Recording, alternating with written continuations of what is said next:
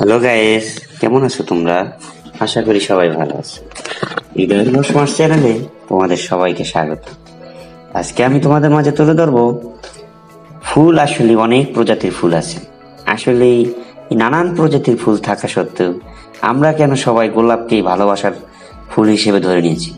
পৃথিবীতে ফুল আছে প্রায় 4 লাখ প্রজাতি, কিন্তু কখনো কি ভেবে দেখেছেন এত ফুল থাকতে লাল গোলাপকেই কেন সময়কাল সংস্কৃতি নির্বিশেষে প্রেম ও ভালোবাসার চিরন্তন প্রতীকের মর্যাদা দেওয়া হলো?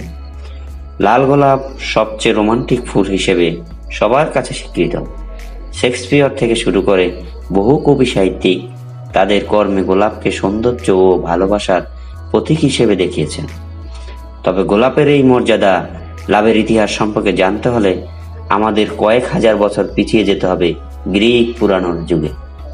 কথিত আছে, ভালোবাসার দেবী আফ্রোদিতির প্রেমিক অ্যাডোনিসের মৃত্যুর সময় আফ্রোদিতির অশ্রু ও রক্ত যেখানে পড়েছিল, তাতেই সেখানকার মাটিতে গজানো সাদা গোলাপ রঞ্জিত হয়ে লাল রঙে। আর তখন থেকেই চিরন্তন প্রেমিকের প্রতীক হয়ে দাঁড়ায় লাল গোলাপ। আরেক প্রাচীন সভ্যতা রোমান যুগে সমাজের ধনীরা সৌন্দর্য ও ভালোবাসার প্রতীক হিসেবে লাল গোলাপকে বেছে নিয়েছেন।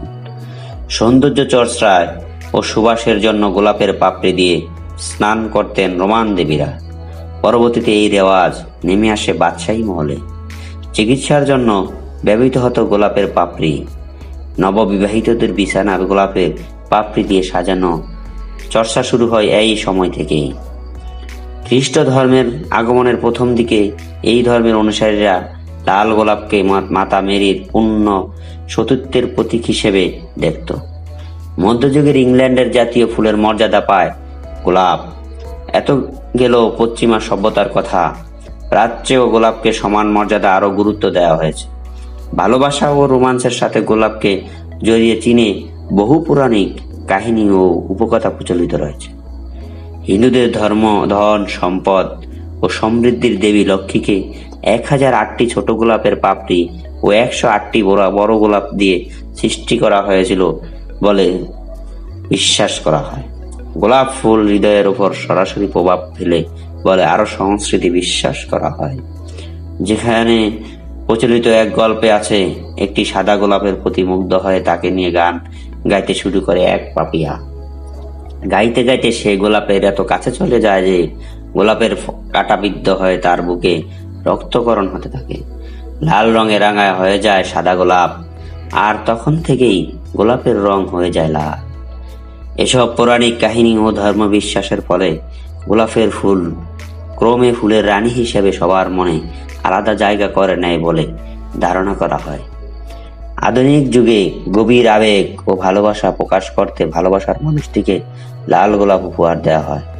19 শতকে যখন পছন্দের মানুষটিকে মনের কথা গোলাপ খোলাখুলি বলাকে সামাজিকভাবে অশ্লীল বলে মনে করা হতো, তখন ভালোবাসার কথা বলার উপায় হিসেবে মানুষ বেছে নিয়েছ ফুল দেয়াকে। ভালোবাসি বলার পরিবর্তে একটি লাল গোলাপ পাঠালেই বিনিময় হয়ে যেত মনের গোপন কথা। তবে কয়েকটি গোলাপ পাঠানো হচ্ছে তার উপর ভিত্তি করে, কিন্তু বার্তার অর্থ পাল্টে যেতে পারে। যেমন, প্রথম দেখায় ভালোবাসা বোঝাতে দেয়া হয় একটি মাত্র লাল গোলাপ, আবার ক্ষমা চাওয়ার ভাষা খুঁজে না পেলে দেয়া হয় 15টি গোলাপের তোড়া। পৃথিবীতে প্রায় 24টি বিভিন্ন বর্ণের গোলাপ পাওয়া যায়। এর সব আলাদা আলাদা অর্থ প্রকাশ ব্যবহার করা হয়। গোলাপি গোলাপ ব্যবহার করা হয় স্নেহ প্রকাশে, যা নতুন নতুন বন্ধুত্বের প্রতীক। সাদা গোলাপ পবিত্রতার এবং হলুদ গোলাপ বন্ধুত্বের প্রতীক, আর কালো গোলাপকে ধরা হয় মৃত্যুর প্রতীক হিসেবে, আর লাল গোলাপকে ধরা হয় ভালোবাসার প্রতীক হিসেবে। আজ এ পর্যন্তই। আমাদের চ্যানেলটিতে আরো যদি নতুন নতুন কোনো ভিডিও পেতে চান, তাহলে আমাদের চ্যানেলটিতে বেশি বেশি লাইক কমেন্টস শেয়ার করে আমাদের সাথে থাকুন। আপনাদের সকলকেই ধন্যবাদ।